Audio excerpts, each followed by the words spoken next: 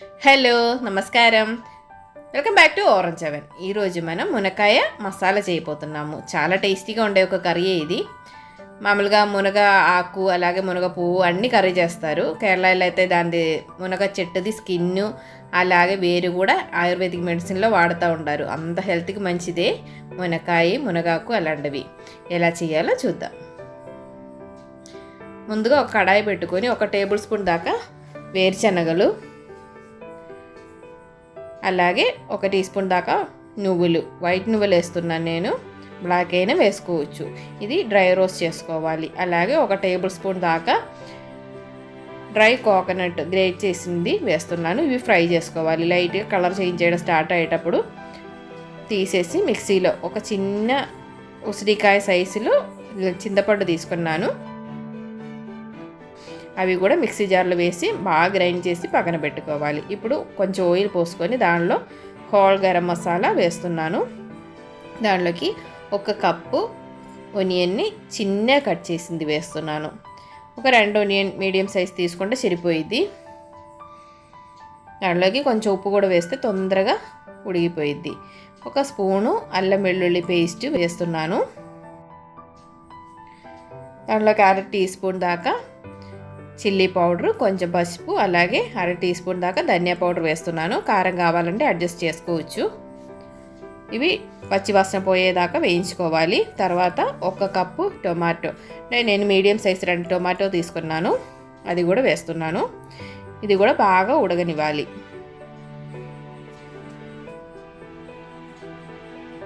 ఒక 2 నిమిషాలు మూత పెట్టేస్తే బాగా ఉడికిపోయిద్ది, మెత్తగా ఉడకాలి. బాగా మిక్స్ చేయండి.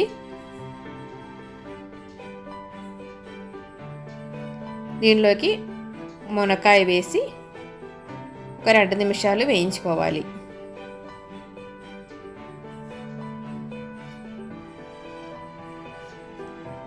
కొంచెం ఉప్పు కూడా వేసేసుకోండి మునక్కాయకి సరిపోయేటట్టు.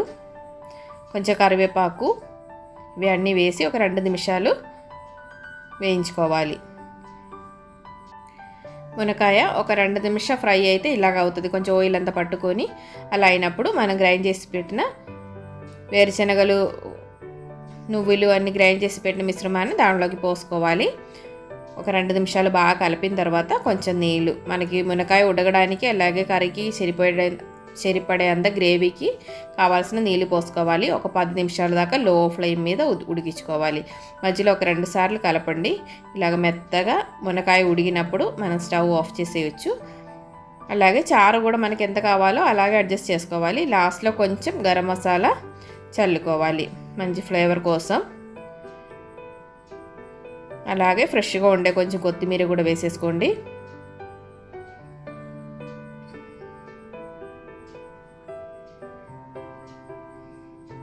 లాస్ట్లో ఒకసారి ఉప్పు చూసుకొని కావాలంటే అడ్జస్ట్ చేసుకొని దించేయడమే. చాలా టేస్టీ అయిన మునక్కాయ మసాలా రెడీ అయిపోయింది. అందరూ ఇలాగే కూడా ఒక్కసారి ట్రై చేసి చూడండి. చాలా మంచిది. ఇది కర్రీ మాత్రం చాలా బాగుంటుంది.